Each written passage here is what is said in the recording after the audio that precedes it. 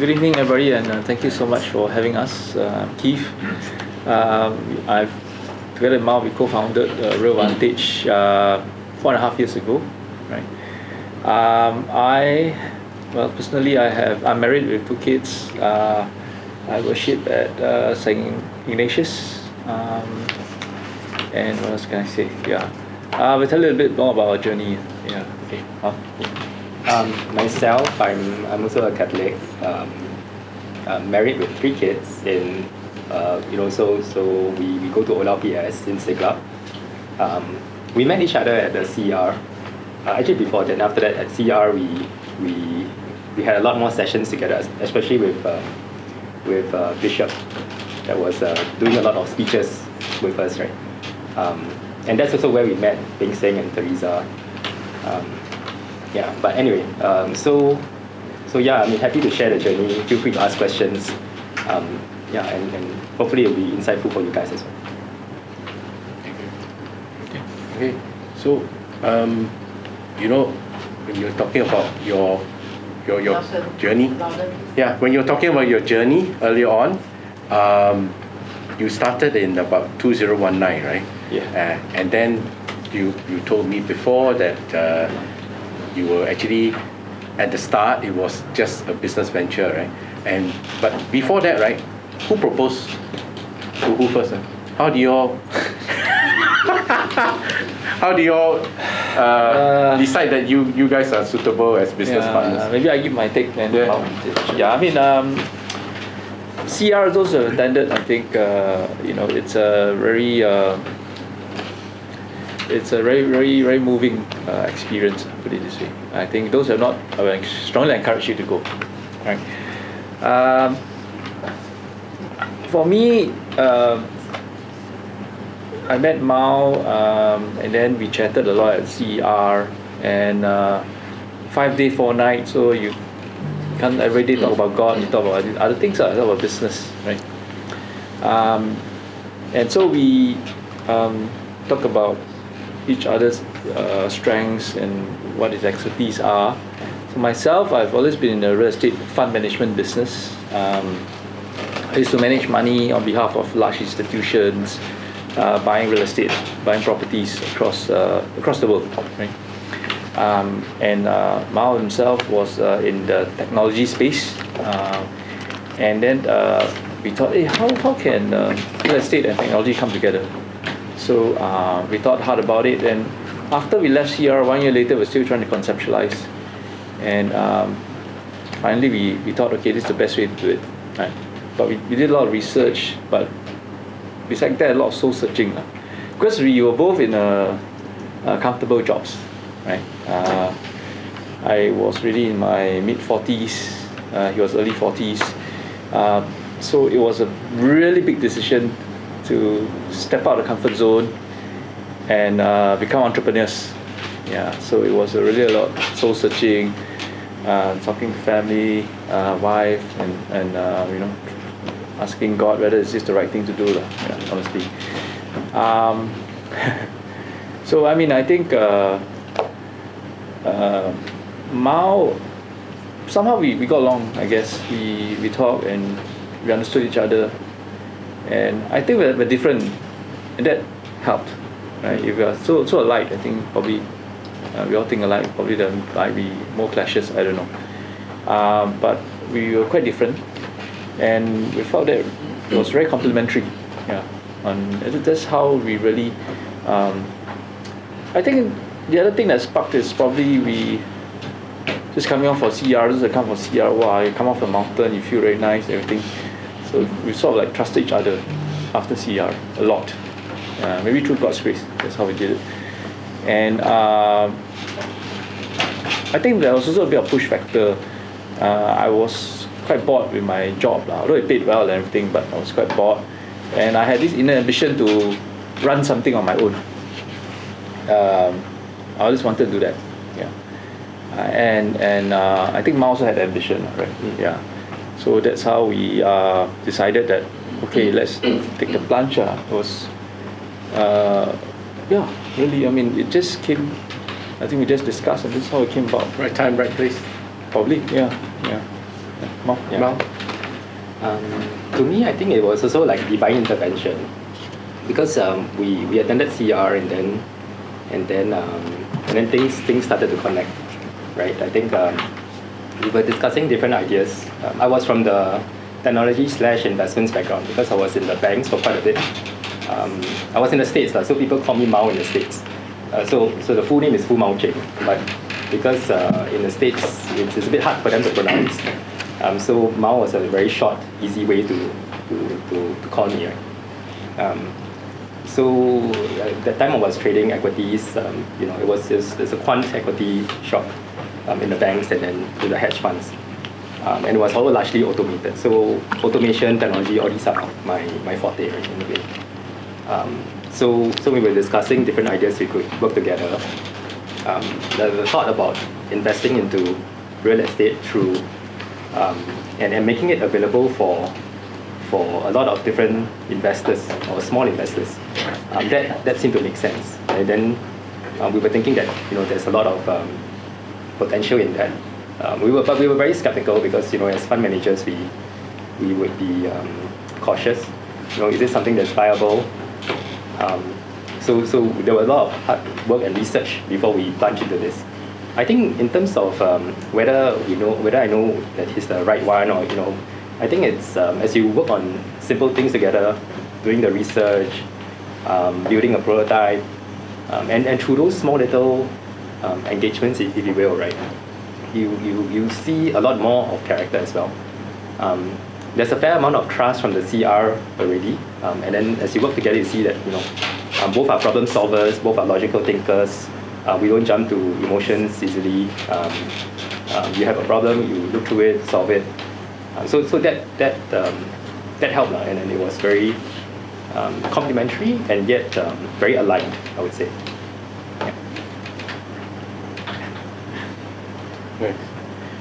You guys like average made in made in CR like that. A lot of coffee, okay. So A lot of drinks as well. a lot of drinks also. Right? Okay.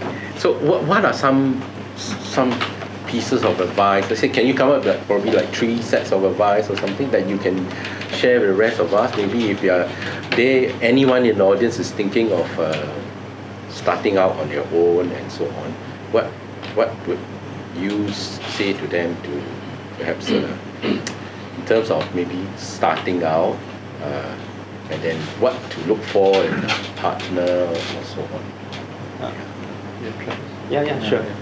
I think the journey, in entrepreneurship is quite hard, right? So there's a lot of problems that comes up each day, different types of problems. So you need to have a good problem-solving attitude. You need to have grit, a lot of grit. When we first started our business, it was starting from zero, right? So you had to build everything. The first investor, the first deal, the platform, and how we revised along the way. And after we got a few deals done, then after that the COVID hit, so the environment was not very conducive towards investment, so we held back. But when you hold back on investments, that also means that revenue dries up. Then what do you do next, right? So we did a lot of that, and we also took sacrifices.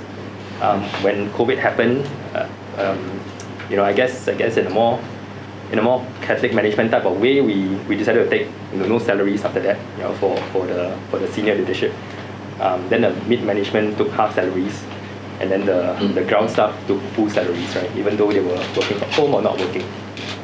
So that continued for maybe 3-4 months before we started investing again, because the markets were more normal after that, right? So great perseverance, hardworking attitude, problem-solving attitude. I think these are the different qualities I would say you need to possess. Yeah. Also a very strong passion towards the product you are building. Yeah. I think those are key factors. For me, I think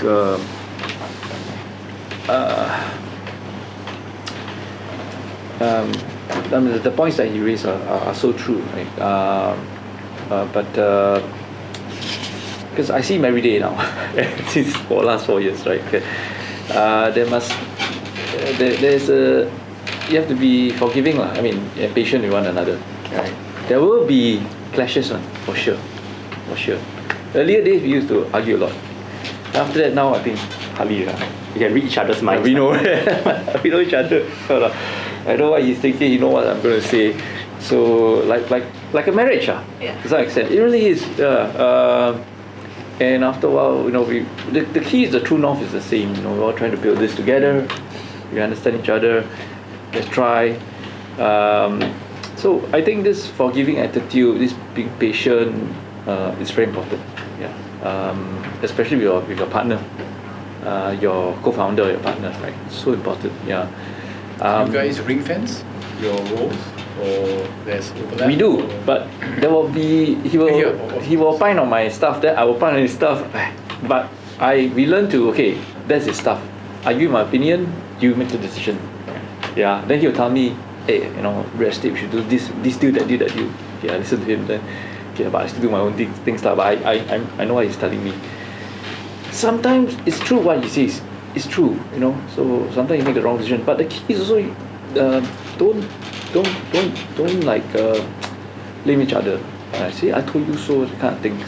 That's not helpful at all. So things like that. I think obviously being gritty and persevere. There will always be self-doubts along the way. You start questioning yourself, why did I do this? Right? Remember during COVID, nobody came to office, right? So me and he one day we went back to the office. Look at the empty office. I said, wow, jalan. Being ran for nothing. So those were tough times. That's when you really you turn to God, to be honest. So God help us out here. But staff assembling, how did you guys, when you left your companies, your respective companies to form your business, was it a case of you, how did you hire? Were you looking at particular values of type of people as well as skill sets? And when we used to come from like big organizations and all that stuff, right? So people who thought you were your friends may not be your friends anymore, to be honest, when you start on your own. That's something I think those who are entrepreneurs might know. You start calling them for favors or asking them for advice, and they may not turn up. So that's something you have to deal with it. But I think when it comes to hiring, for me, one key attribute I always look for is attitude. I always look for people with the right attitude, right? Even how smart you are, I don't really care if you have the right attitude to get things done. You're a team player.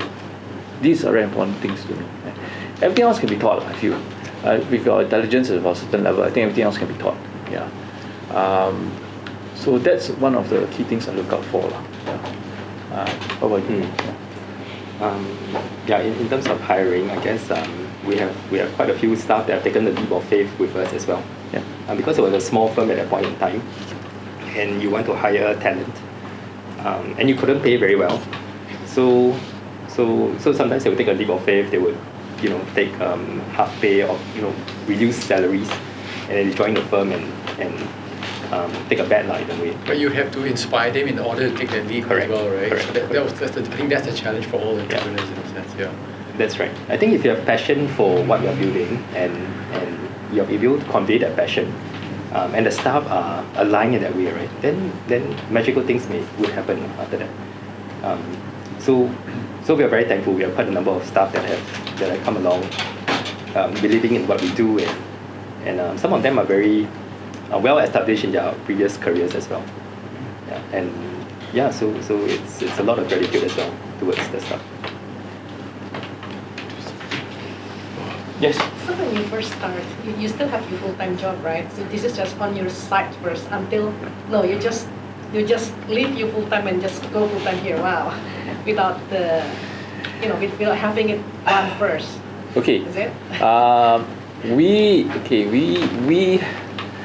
how we made the transition is it. So ideas are ideas, right? So we all have ideas. We came up with this idea. We're going to start RealVantage online real estate investment platform. Blah blah blah.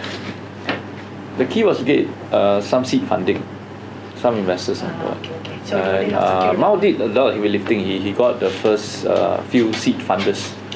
Okay. Then we know that we have at least enough money to keep the lights on for 2 years, and that's why we just I don't think we can do half. So we just decided, okay, he was telling me let's do it full time.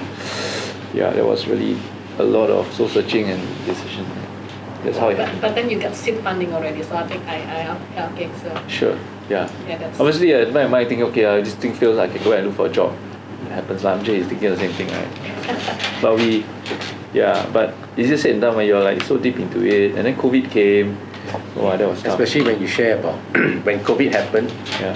and everybody's at home and you go to an empty office. Yeah. I mean, how do you get through that? I mean, just bite the bullet and go ahead. Well, I mean, it's something that I guess now we think back, we were lucky in a lot of ways. I don't know. I think God helped a lot. God grace. Yeah. I mean, obviously on the financial side, there were some reliefs that came from the landlord and stuff on rents and stuff like that. Then our guys were willing to take a cut in salary, so that extended our runway, so to speak. Yeah, I mean, but it was I guess it was something that I look towards him as strength, to be honest. Yeah, he's a lot more steady than me. Yeah, it's really he's a lot more steady than me. Yeah, so I look towards him and he said, "It's okay, bro. Don't worry, we can." Okay. Yeah. He doesn't really get dejected like me sometimes. So his morale is generally quite positive. Spiritual killer. Yeah. So Very focused. So what do you focus on? I think if you're doing something, you're building something good, and it's so to me it's very clear what we're building is very beneficial to investors, and there's a lot of value in that, right? So I see very clearly the value in what we are building. There'll be ups and downs, right? So COVID unplanned, but came. So there's always ups and downs along the way. It's very normal. But as long as you can see that vision, you can see that this is generally where you're heading, and you will get there, then you're pretty much fine. But when do you see the end of the light of the tunnel? During COVID. During COVID. Yeah. No, I think COVID, you look back, GCP. that was maybe Quite a year later. difficult. That's 1 year later. COVID-wise, I think if you look back, because it's something that's happened before, although not in our lifetimes, right? 100 years ago, it also happened in another country. And there were a lot of deaths and whatnot. There was another pandemic, right? So you see that it's something that lasted maybe 2 years or so. So it will come and go. That was your faith at the moment, at the time? It seemed quite clear. Yeah. I think we also had one of our CR mates who also invested with us. So that gave us a lot more motivation. It was just an idea. We started out, and then he came in. Then subsequently there were another bigger investor who came in, who supported us, and so we were very thankful. That time we were very small shop. We were like, how many? 5 people or something like that, and they put in quite a bit of money. Yeah, so that's how we grew. Just how we sort of like at the end of tunnel kind of thing. Yeah. You all read about their history, right? I mean, the words are very small over here and so on, right? But basically, these guys grew their business from like 2019 until now, and they have been licensed to do deals not just in Singapore but also overseas and so on. So they have already amassed more than 3,000 investors on board, and then I think they have a very good backer also. They found a very good backer. So they come quite a long way. And would you have done anything differently from then to now? Or still about the same? Still don't cut your pay? Wow. Okay. Well, have I done anything differently?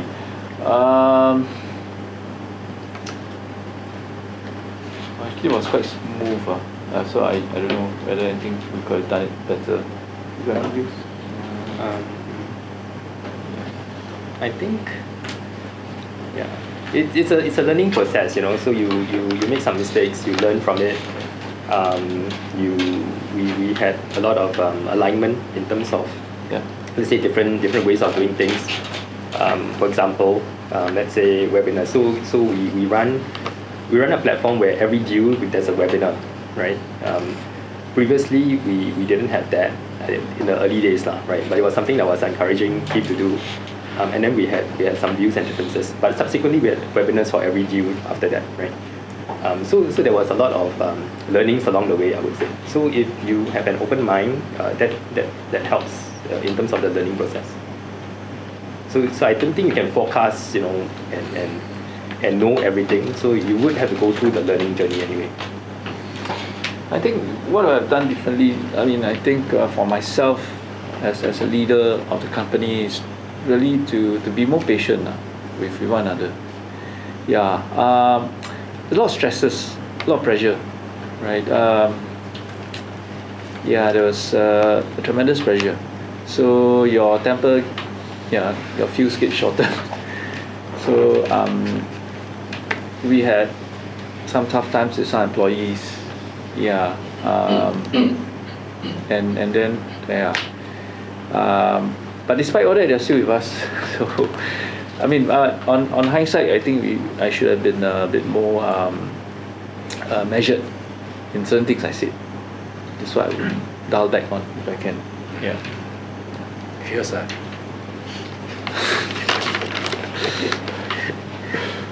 Hey, you guys look after. Okay. Any questions at this point from the floor? So do you do discernment before you come in, or and then when you're in it? Because you gotta pick, you know, the investment, like apart from the technical analysis that obviously you have to do the due diligence and everything. What do you do in terms of discernment, asking God, is it the right investment to buy? Do you do something like that? I'm just curious on the spiritual side. Sure. Yeah, we do. Not every deal, to be honest. Yes. So Sorry, how many staff do you have in your company? we have 21. 21. Yeah, 7 different nationalities in 3 different locations, but most of them are in Singapore. Yeah. Maybe to answer your question on discernment, so I think before we started the company, before we make any large moves, we would pray for it, pray about it, right? So that's what myself, T, would do. In terms of the investments itself, there's a process to it, right? So the team would go in with all the due diligence, legal due diligence, financial, technical, and so on and so forth on the asset before it gets structured and put through the investment committee. So there's a committee which would look through the deals, and they would ask all the hard questions and de-risk it in some way before we put it on the platform for investors to come in. So we are MES licensed and it's regulated, right? So you have to be very careful in that sense. So we are quite cautious, especially when dealing in investors' monies. So it goes through that process. So in that regard, we don't pray about each deal to answer your question. Yeah. But before we start the company, we did do that. I think personally for me, when there's a major decision to be made for the company, I do seek God's guidance.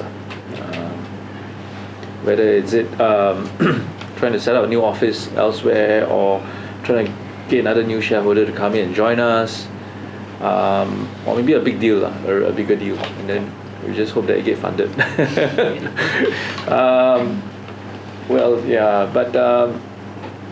We moved from a small second floor shop house to a bigger office, and then we got the office blessed. A priest who came in gave us did a little a prayer for us. That was important for us because we wanted that, right?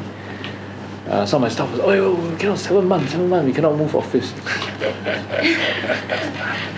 I don't believe all that funny. Yes. My name is Bobby. Thank you, Kate and Mo. I think your sharing is very insightful. I'm more interested in the first part because you say you just leave your current job, or job. So Is this your first time to become an entrepreneur, or this is your first time? Okay. And then, how do you decide enough is enough to laugh and stop? That's a really, really good question. Sometimes I think I'm also a bit naive. I just whack first, then after that, okay. I think the more you think about it, the more you analyze, you probably won't take the plunge. Honestly, you won't. Yeah, you won't. But practical aspects are important, like, okay, I speak for both of us. I think we are, not say super comfortable, but we're okay. We have some savings. We didn't have to have big dependents that we have to finance or anything like that. So we were pretty okay. So when we started business, first 3 years, we didn't take any salary. So Yeah. what you say is should be enough for 3 years? Yeah. I mean, So what I'm saying, the practical matters are important. Do take that into consideration. Okay, you can ask God for help, but don't think God will help you for the next 3 years runway. Please don't do that. Your family is at stake, a lot at stake. Please think carefully. I got to put on your your hat carefully about all these things. Yeah. There are few elements that you need to be clear. Your business model has to be sound. Your partner that you work with, very important, right? Unless you're a solo guy, you think you can do it yourself, but usually not. You have somebody, yeah. And then I think it's, for me, I think it checks off. Good guy to work with. I fully trust him, seriously, until today. With my life, I trust him. He's straightforward. No, the good thing about Mao is he's very straightforward. He don't be around the bush. Those who know him, you don't know. He's straight as arrow. Because you want a business partner that you can trust, not one that you every day is he going to do something to me, or is he telling the truth? Then you cannot work really, I tell you, seriously. Yeah, there are differences in opinion of certain business decisions. Yes, fine, but if you know him better, like he knows me, afterward you know what he's going to say. You understand each other better, so you know. Okay. So it's my job to convince him that we should work. If let's say something I think strongly about, as well as I need to convince him. And he sometimes very funny, Sometimes he say, no, we shouldn't. Really, sometimes then we like, I'm so angry, and then okay, but it's true. It really turned out the better way for all of us. So sometimes I think God's at hand. I feel, yeah. So anyway, going back to answer your question, sorry, a bit long-winded, but make sure those practical aspects are clear. Your business model is clear. Your funding is there. Your family is okay with what you're trying to do. There could be lifestyle changes. So obviously, maybe COVID, we couldn't travel, so lucky we go for holiday. Save some money there.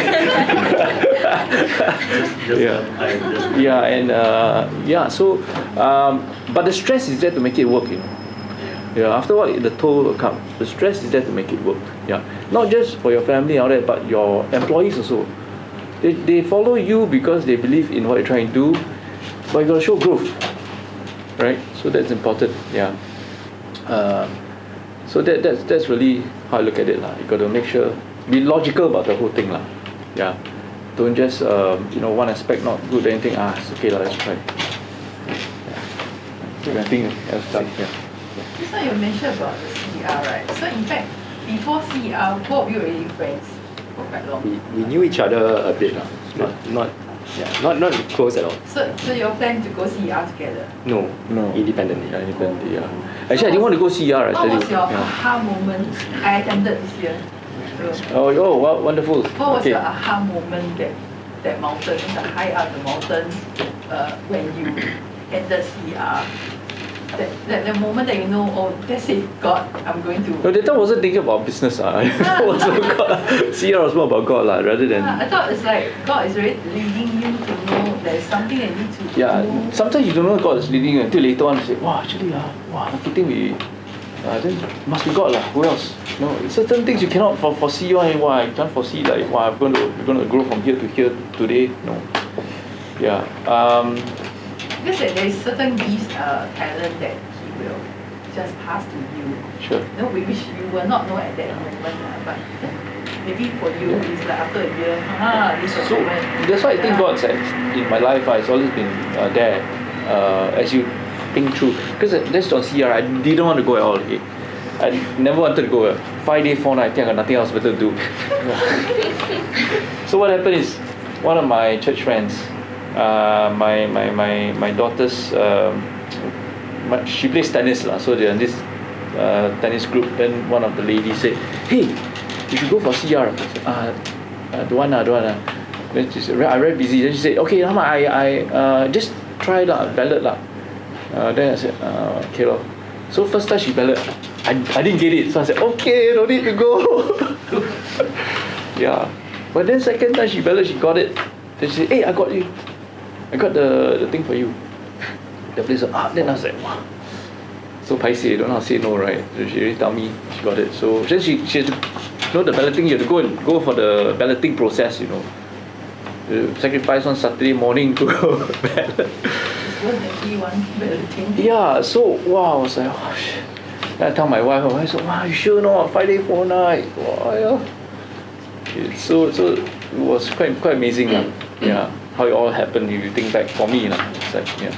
What is CR? Sorry, I didn't know. Should I explain more about it? Sorry about that. Okay, those who don't know, it's a conversion experience retreat. Okay, it's meant actually for lapsed Catholics. Yeah. No. Yeah. Like It's for Catholics who want to know God better. It's also open to non-Catholics too. Really? Yeah, it's also open to Just a non-Catholics, certain but mostly, but small percentage they will allow. Usually you have to, very small out of the whole cohort.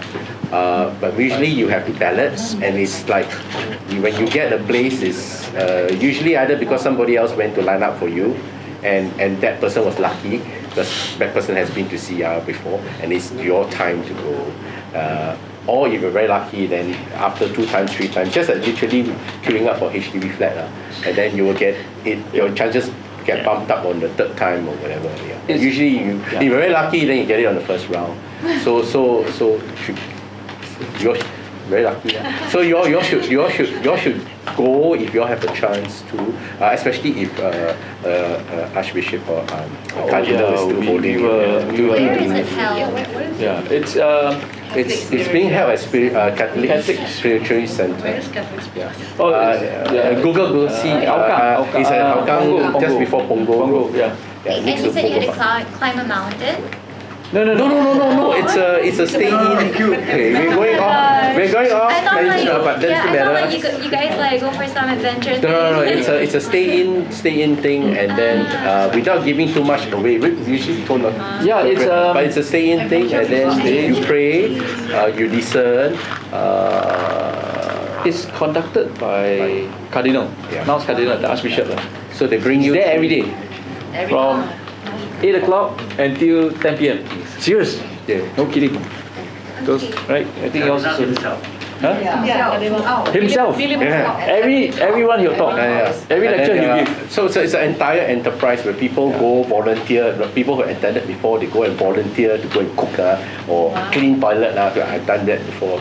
It's being recorded. Oh my! So not relevant. But so people do that, and then usually people end up with a spiritual high after that.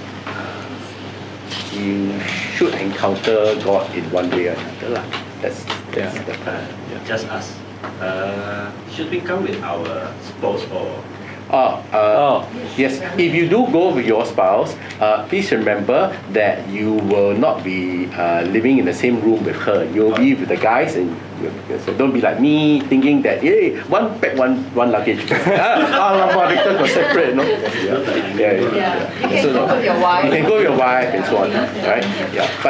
But bear in mind that because it's a 5-day thing, so you need to factor a certain time for your children that you are taking care of. So that's probably the biggest difficulty. I must make one comment. I've heard of many tech entrepreneurs, co-founders. I've never heard one that is so rooted in the faith. Really? Oh wow! Thanks. I mean, not rooted. I mean, it started because of that. Yeah. Not because of.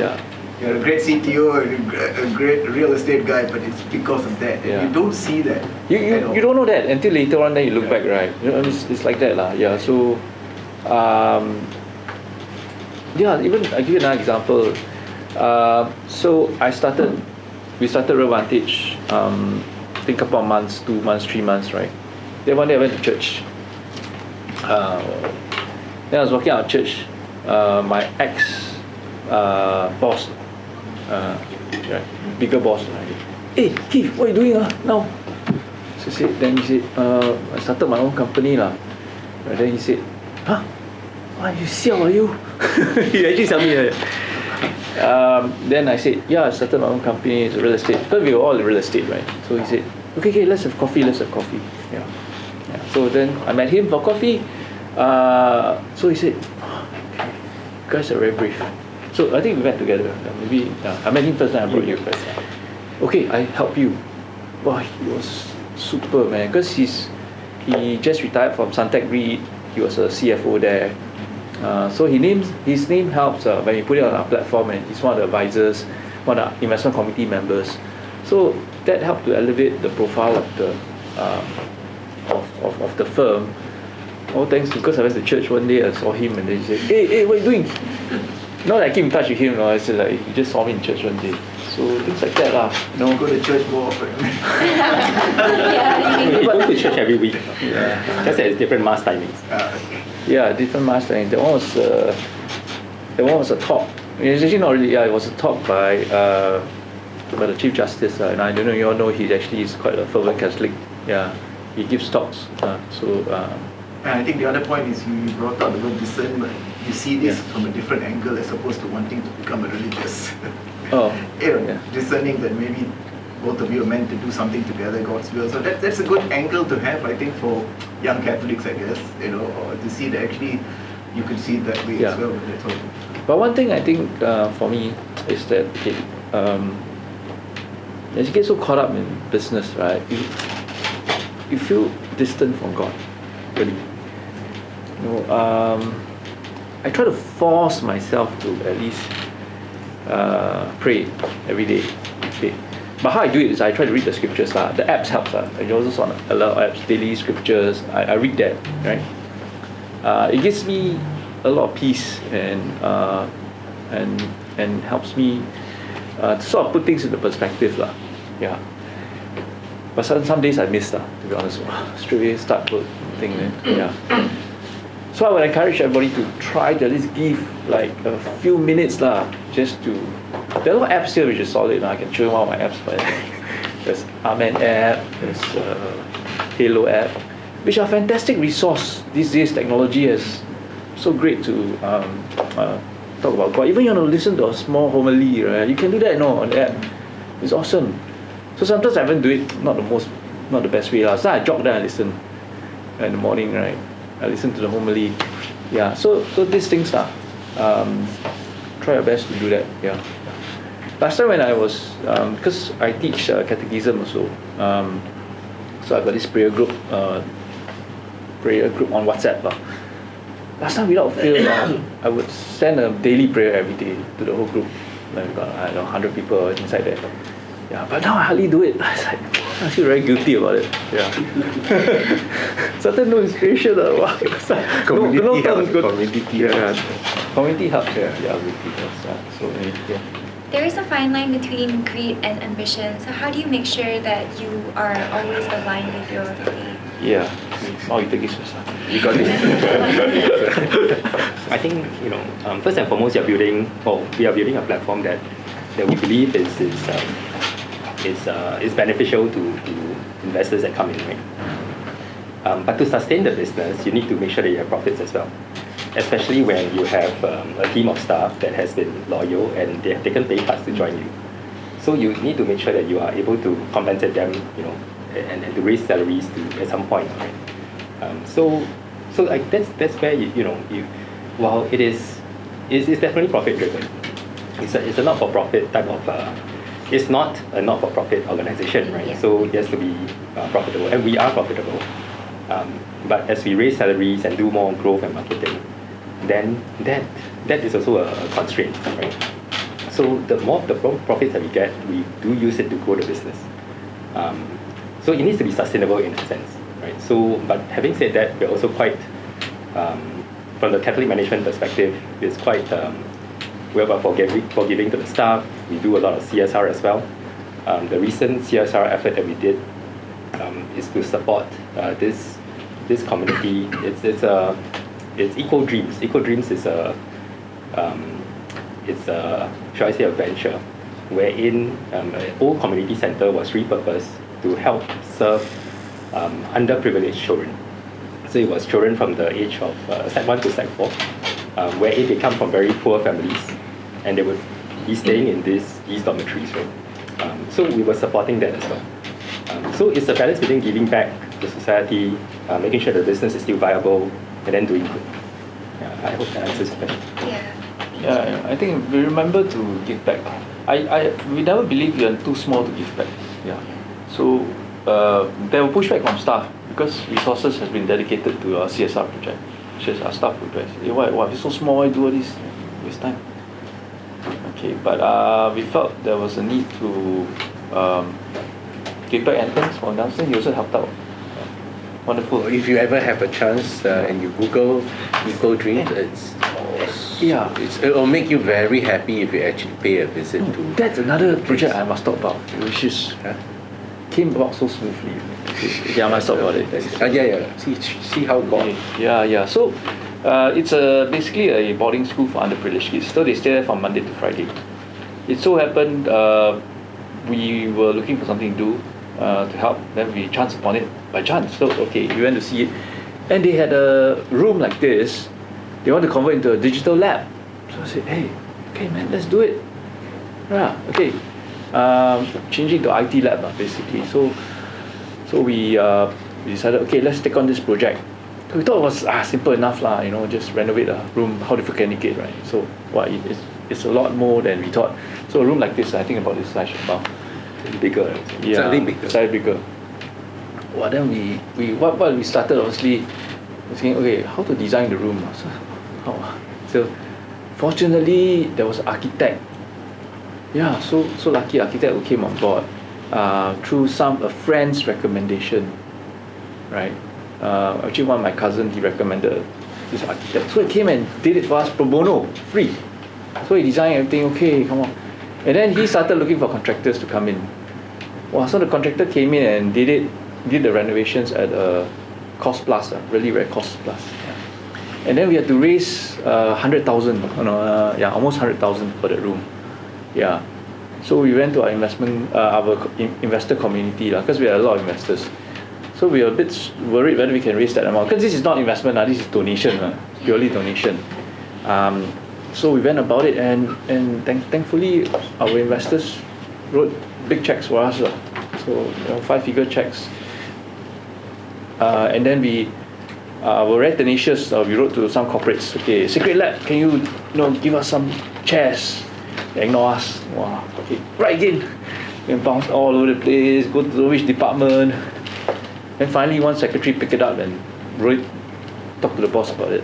So wow. So we got 10 Secret Lab chairs free. Yeah. So it was fantastic lah. So everything came about very nicely. Yeah. Really, I mean, so things like that lah. We felt very blessed. My God. Where is that place? It's at Hague Road. It's at near Juchet. Yeah. It's quite. The guys who started it is very brave. First time in Singapore they're doing this stuff. It's the first of its kind. It's a boarding school for underprivileged kids. Yeah. The underprivileged are HDB 1 bedroom. Singaporeans. Yeah, they go to Singapore schools. Yeah. So they just, it's like a boarding school. Correct. They go to their Singapore school, right? Then after, instead of going home, right, they go to the school. Yeah, they go to the school. Yeah.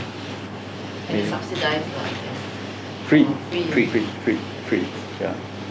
Then Nelson came about. Then he introduced his son's friend or something. Then they conducted some classes. So we're supposed to curate the programs for the kids as well. You all can help them. Yeah. Just bring the people there. It's the whole idea behind that project is so that they level up. Yeah. The more fortunate ones, we tend to have tuition, we tend to have music lessons. So what they have is, it's an old community center. They did it up nicer. Now it looks habitable. It looks good lah, basically. There's a nice kitchen there. but nobody to teach cooking, right? So anyway, cooking skills can teach. Then there's an organ there, I mean a piano, but nobody to teach them. So it's all these little things, you see. So there's computers there, there's 3D printers. So just need people to go and teach these children, and then they learn one skill So that enables them to level up. So that eventually, you know, I mean, because they come from a lower income family, they can't level up that way. So you just give them that one other skill that sets them apart from the other guys in their same cohort. Maybe they can help them to get a scholarship or something, and they jump up really. So basically that's why it's called equal dreams, and they equalize so that they can dream together. I mean, all children have dreams, right? They dream of being doctor, being a lawyer, or being some other professional, right? But then they can't. These children, they can't, because they can't reach there. So you're just trying to level it up just a little bit more. Then, yeah, that's good job. I got my friend, my son's friend, to go and teach leather craft. So that's a skill. Yeah, then I'm trying to hope to get my son to go and teach them some media production. Yeah. So it's all the different skills that can come in. Yeah. But it's their, in a way you hear their story. It's fantastic, right? Because you can hear the little dots, you can hear the little milestones, and then they connect up. It starts from CR, they connect, and then it leads to a different journey. So it's very good. And on that note, it's time for a coffee break. So I know this group over here is so eager to start. Do you see all them so eager, no? So there'll be one lady, one guy sharing, I know, because of at least 2 questions or more. Right? Shall we start off?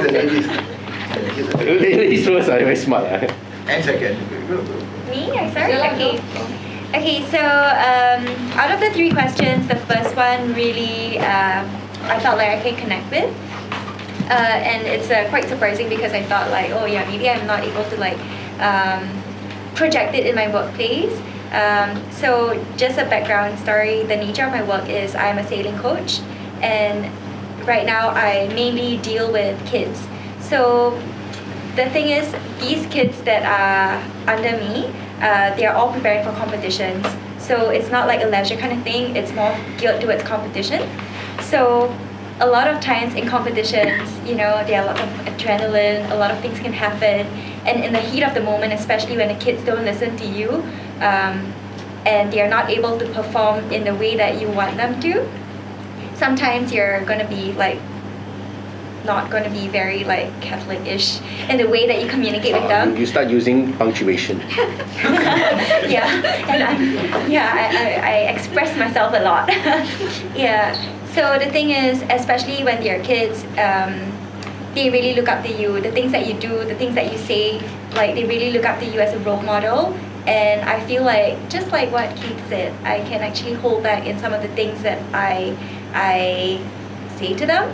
And instead, I can be a lot more encouraging. Yeah. Excellent. Thanks for sharing. No worries. I nominate a guy now. No. Needs to be one of them. I think No, it's okay. Yeah, I spoke a lot just now, so I thought give them a chance. well done. Actually, we can go around the room, so nobody misses a turn. Right, that way it's easier, right? That's what we do. I start calling the names. Sorry, That's why you're clarifying. When you say the third one, right? Yeah.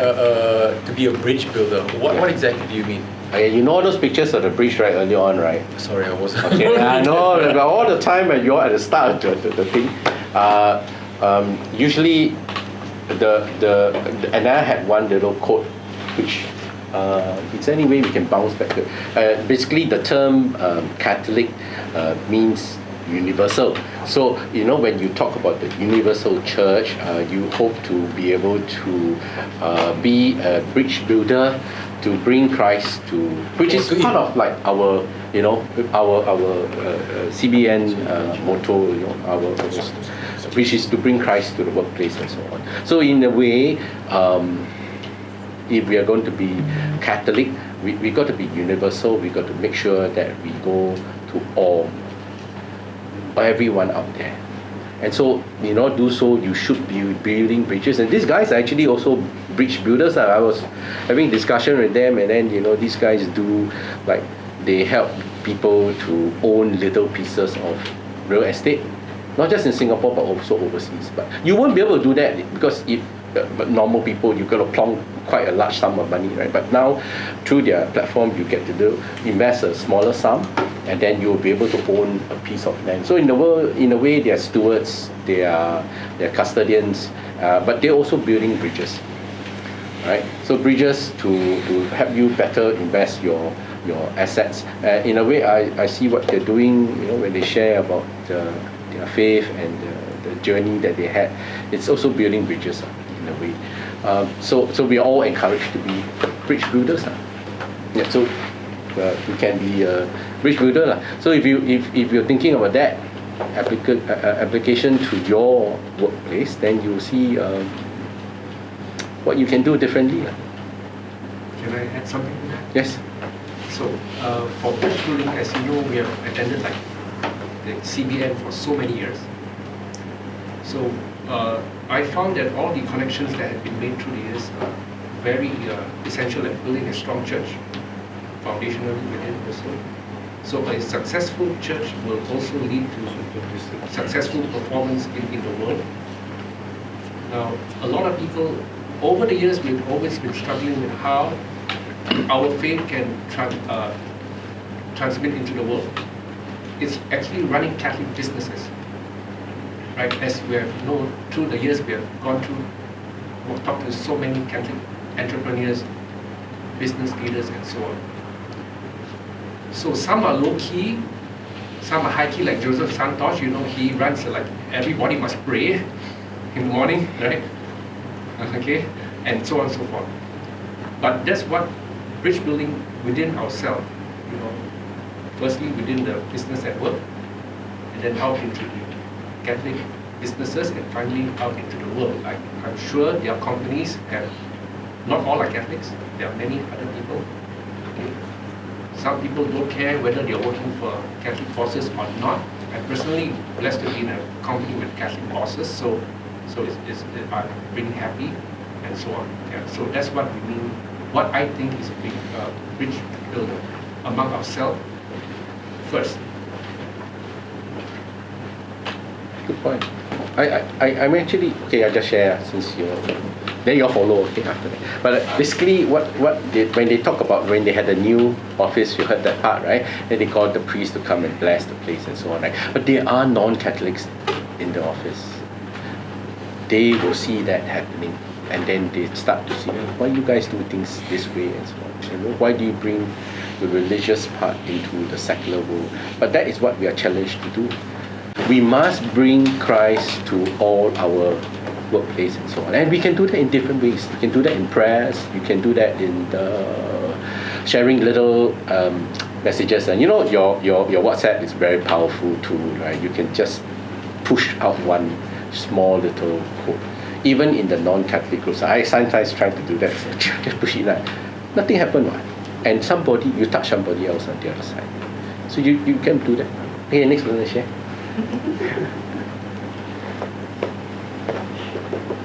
And we talk a lot. We talk a lot. Okay. So basically, this is what I'm trying to say, the word Catholic means that it's universal. It go back to the reflection questions. Besides, you're finished sharing already. Yeah. Really? Sure. Don't deprive the other groups. Yeah. So we got a few minutes now. Don't waste time. Quickly. I know you're so eager to share. Lynn, anything?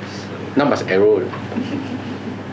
I think what struck me, and I was talking to Teresa about this, is to see about what you said about connecting the dots, right? How God actually works in just the small spaces, and you think it's coincidence, but you can actually see over time how He's been leading us in our journey and allowing us to connect with the people we need to connect. And also, what my takeaway is how you have actually built into your business your CSR outreach. And I like your answer when you said how do you differentiate between greed and profit, right? It's every business must make a profit, but the reason you gave is because people have been taking a salary cut, and then now with extra, you can actually do the outreach, the CSR. Something to think about, right? And one of the discussion points here was one of the people here works with special needs, and how she's challenged in her day-to-day work just to have that patience, right? Not drive so much. Again, echoing your whole thing of being patient.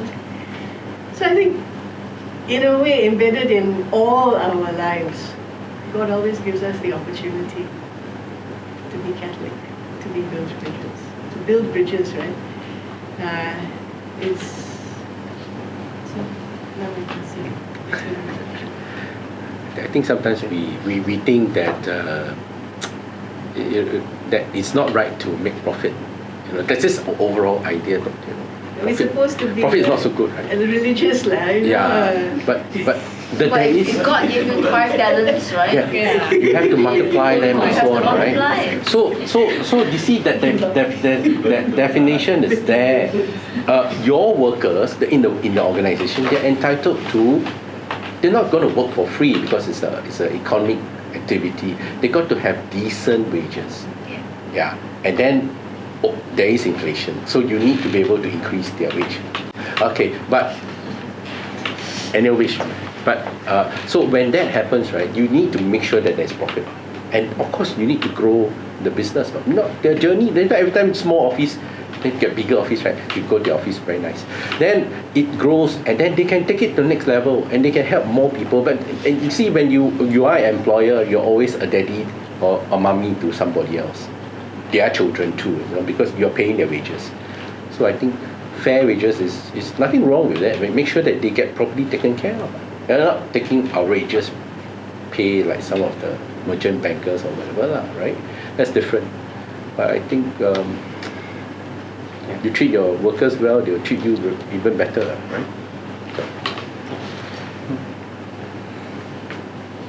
I think when you are just a bit of to add on to your comment.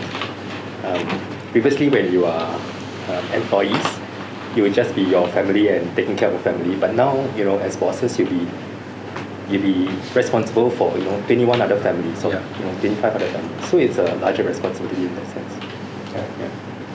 And it's how you channel those profits that you have, and grow the company, make sure it's sustainable, make sure that the staff are well taken care of. And may I add, answerable also to your investors and shareholders. Yeah, correct. Totally. That's also a big responsibility.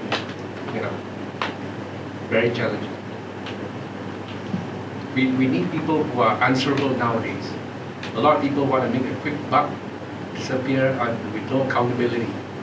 Yeah. Right. The world is a slightly different place nowadays. We hear rumors of up there, top up things, doing funny things, and so on.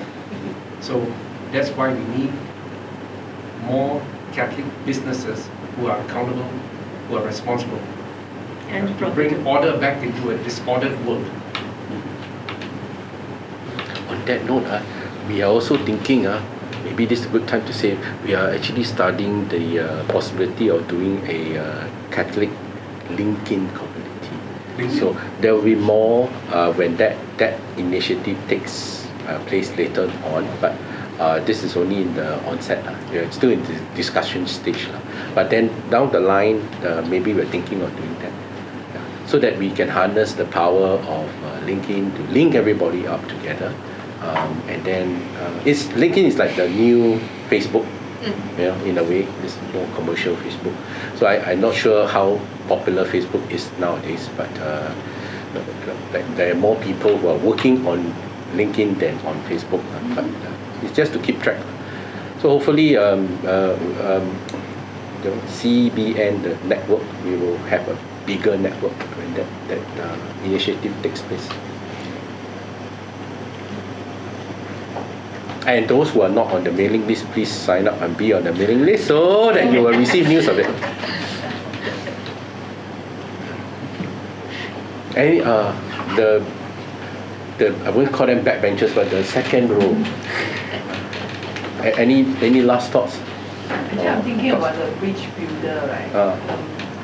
We have to be the bridge builder, but then sometimes because we are faced with so many people, I mean, like what Cana said, right? When we go out to the world is different from like the CR mountain. So like the world, when you face people, sometimes you face people of the same faith, but they are like attacking you, then you're like, okay. So you have to step aside back and say, okay, I know your bitterness in you, and I'm not going to feel offended by the way you are going to do against me, but you know, it's a constant reminder for myself, especially this year that I'm praying a lot for my superior.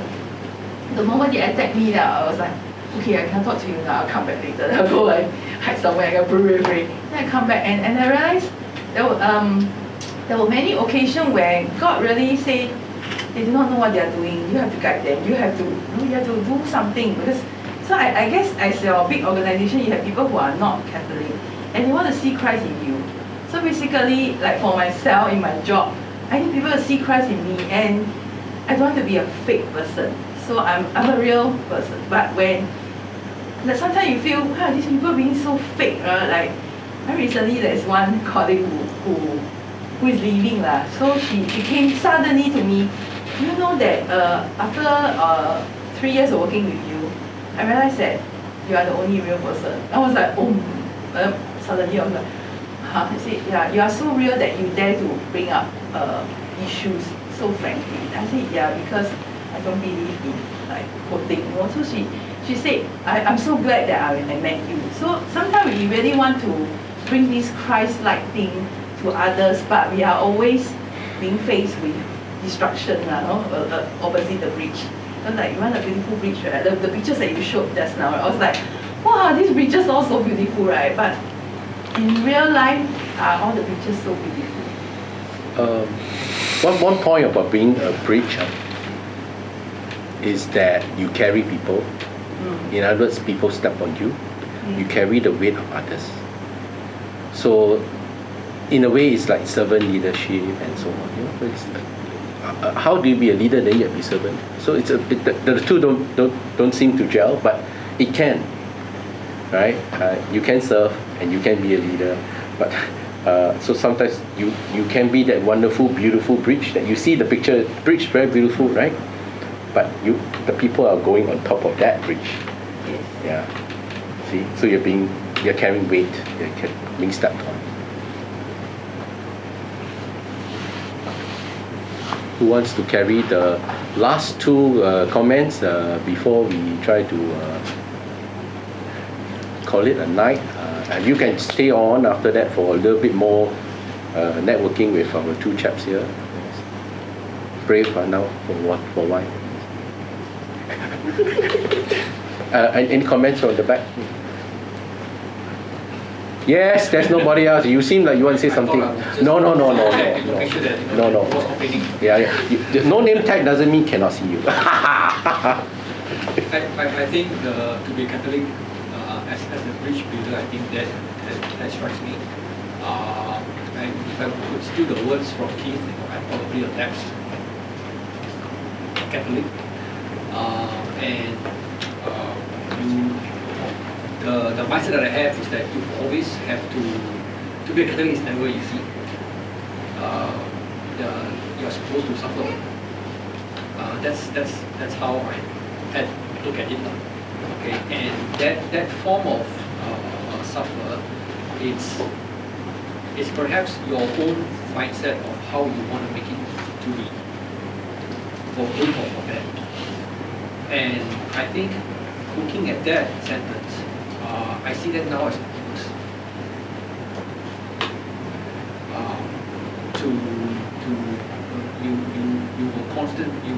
The world is a stage, right? So you constantly have to demonstrate yourself as a Catholic, either quietly or loudly, how you behave, how you act, how you react. think if you continue to hold fast, stay calm, pray whenever you are stressed out, you will then be able to demonstrate, and then you'll be able to show as a Catholic, right, how you can be a rich builder. That's my take. Thank you. I'd just like to comment that we are not actually meant to be suffering. I know a lot of people think that when you're struggling in the world, you may not have a good business, you may be not having a good career or whatever it is. You know, we are as Archbishop would say, we are supposed to be joyous people, resurrection, Easter people, right? True, we understand the suffering. You do penances, you do sacrifices and things, but suffering is what we think. If we compare ourselves to the world, certainly we are going to be suffering when you do penances and sacrifices. Yeah. So can I? Yeah. Of course. Yeah. So that was the mindset, right? That you suffer, right? And then again, I still the point, right? It's how you think. You suffer. I can be happy and still suffering. I can be unhappy and still suffering. What do I choose? Yeah. One side of the coin, or the other side of the coin. So that's the thing. But saying that word suffering is to express that it's not easy to be a Catholic. That's the what I try to explain. I mean, given all the challenges that we are facing now, right? Geopolitical issues, blah blah blah, right? Inequality and all this kind of stuff, right? And we are, and frankly, point out the world is there, right? So and seeing Keith and now their business and how they have, that's some form of inspiration for us, right? That in God's ways, right? I steal the dots, right? It's there. You just have to perhaps be patient and try to look out for things. Yeah, I just summarized a few things but really from our own experiences. For us at RealVantage, culture is very important. The bedrock of the success of the company is really the people and the culture you create. So there are a few things that we hold true to our heart. We create an environment where diversity, inclusion, and equity is very important.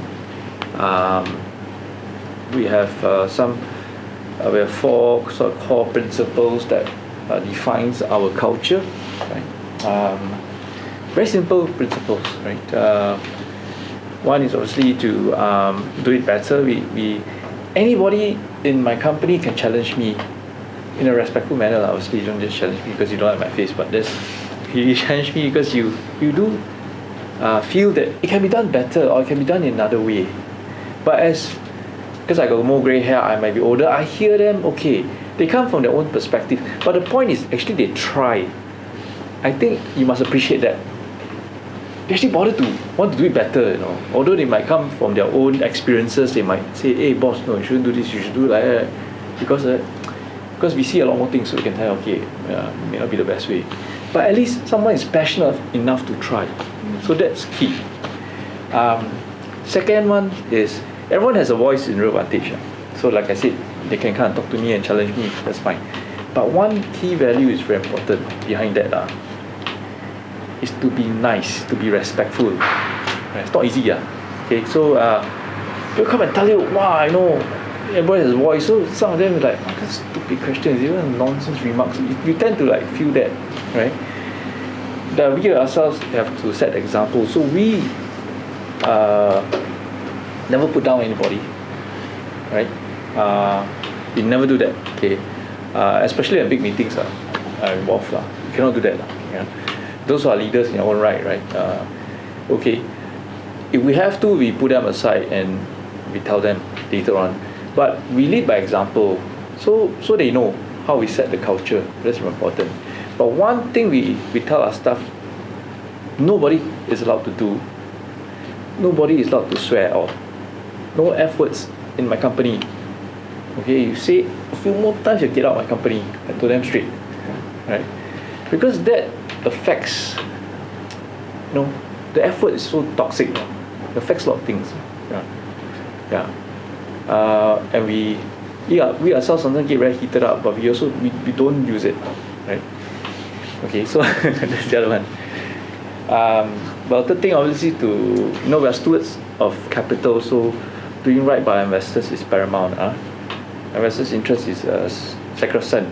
So sometimes we do deals that very little fees, but we know it's a very, very good deal, because most people won't do it. Say, do this for what? It's so great deal. Investors make money, you don't make anything. We make very little. So, but for the sake of investors, we think, do . So that's important. So I think the other one is, I think the keys. You need to show care. You need to show care. Care in your fellow colleagues and in the work that you produce, right? That one's something we try to encourage or cultivate in that sense, right? It takes time. It takes time and effort. But as leaders in your own small little groups, right? It's so important that you lead by example. What you say, what you do, even how. Sometimes you need to control your emotions. Very important. Okay. Because when the boss anyhow just say nonsense, it just goes downhill. So we have to control ourselves a lot. Sometimes, although how much we don't like it, we have to manage some emotions. So these are the few things that we don't really discuss, but suddenly we sort of know. We can read each other's minds. We sort of okay.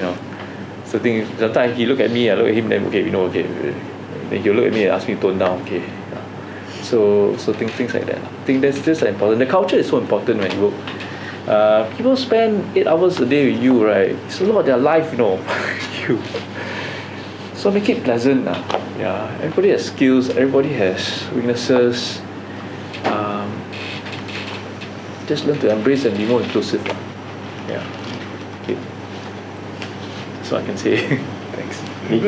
Maybe just to add, right? So we practice a lot of servant leadership as well. So I would wash the glasses or the dishes. He would take out the trash. Not every day, quite a few times. Or he would cook for the team, because we have a small little oven in the office. So we cook. We go down to cold storage, buy some beef, cook for the team and stuff. So then to your point earlier about suffering, right?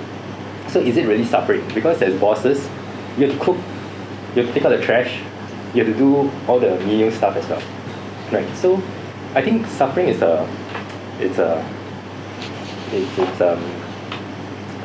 it's a point of view, right? So it's not really suffering, right? It's just serving others, right? And you do it with passion, you do it with kindness, right? So, or when we take a pay cut or no pay, is that suffering? One can view it as suffering, right? You're running a company, you're not taking any salaries, but it's from that word that never came up to our minds. Are we suffering? No. I think as leaders, we as bosses, employees, we were employees before, we know the paycheck is important. Having a good paycheck, big paycheck, yes, I know. But as we run our business, we realize it's not the only thing. It's really not the only thing. Because we come from the finance side, right? So we think, you pay good salary, people will work hard, people will know how to behave, and people will strive for the best. It's not true. It's really not true. And because we couldn't pay big salaries, so we have to do it in other ways. So we will, like you said, we basically show care about stuff. We really do care about stuff. Because it takes a long time to select somebody, whether they're the right fit or not. That's the key.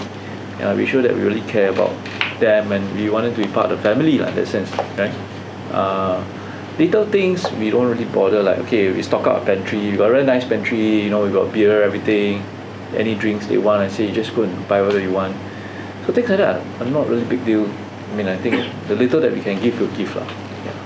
So these things, for them, they look at it, they appreciate all these things that we try our best to do. But no drinking during office hours, right?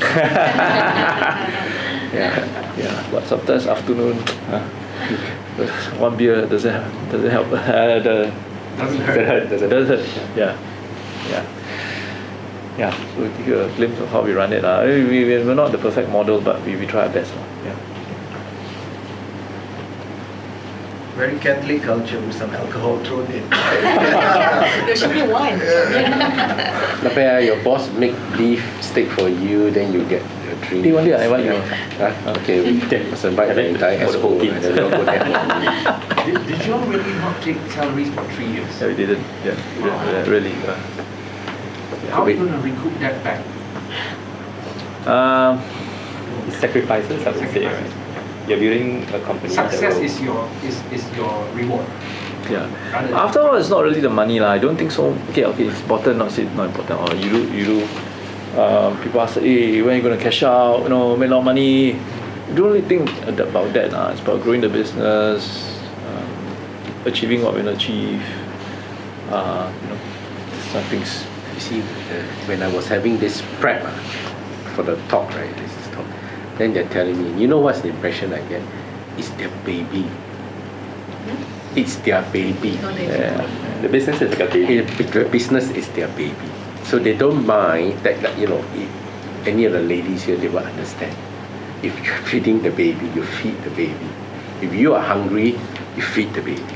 If you are hungry, you still feed the baby. Because the baby is more important in that sense. So the business, when they don't take salary for 3 years, they're feeding the baby because the baby needs to move on and grow. Correct. So because they suffered, then the baby now has grown up better. So, But I guess it's a way lah. I mean, it's not still suffering. It's a bit of suffering, but they grown the baby up. It's a lot of fulfillment. But every day you're challenged. Honestly, yeah. Baby still growing. Yeah, every day you're challenged. Yeah. So maybe not a now bigger already. Now teenager. Now no more. Got go to other countries already. No, not just play in the Singapore playground. Got go to other countries. Trying. Work hard. Very good. Come on, support. So on that note, any other last comments? I think it's very inspiring to see two partners working so well together and very God-centered. So thank you for inspiring us. Thank you for having us. Yeah, thank you.